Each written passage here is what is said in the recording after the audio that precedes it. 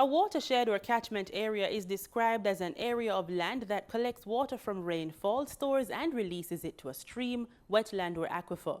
More importantly, a watershed supplies drinking water.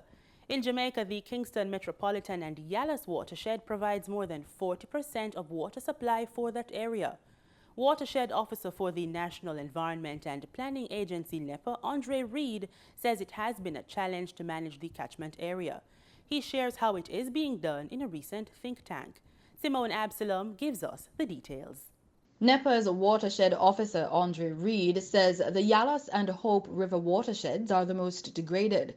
He describes them as the lifeline to the water supply for the Kingston metropolitan area. Just about 42% of the water that is supplied to the KMA comes from the Yallahs and Hope River watershed management units. But at the same time, these two watersheds have been a mainstay in the media. We've seen reports of fires on a yearly basis.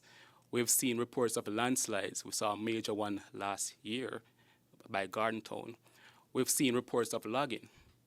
All of these activities impact on the watershed's ability to provide these critical services to the Kingston metropolitan area. He says over the last 6 years, NEPA has received support through funding from the Jamaica Environment Fund, the International Development Bank and the government. The funds are used for environmental conservation and management of the two watersheds. And as such, the project has entered into partnerships with RADA, who is here with us today, the Forestry Department, NWC, Water Resource Authority, Met Service, Jamaica Conservation and Development Trust, all towards ensuring the conversion of these critical watersheds into a preferred state. Mr. Reed says he has seen a reduction in sedimentation due to the multi-agency's efforts. We've seen a 500 hectares reforested. Those are degraded lands that were reforested under this project.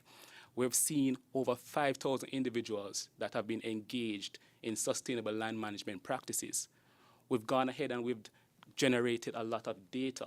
All of this data is supposed to be ported to what we designed as a GIS decision support system, which will house this data, generate more data, and allow for data sharing amongst the agencies.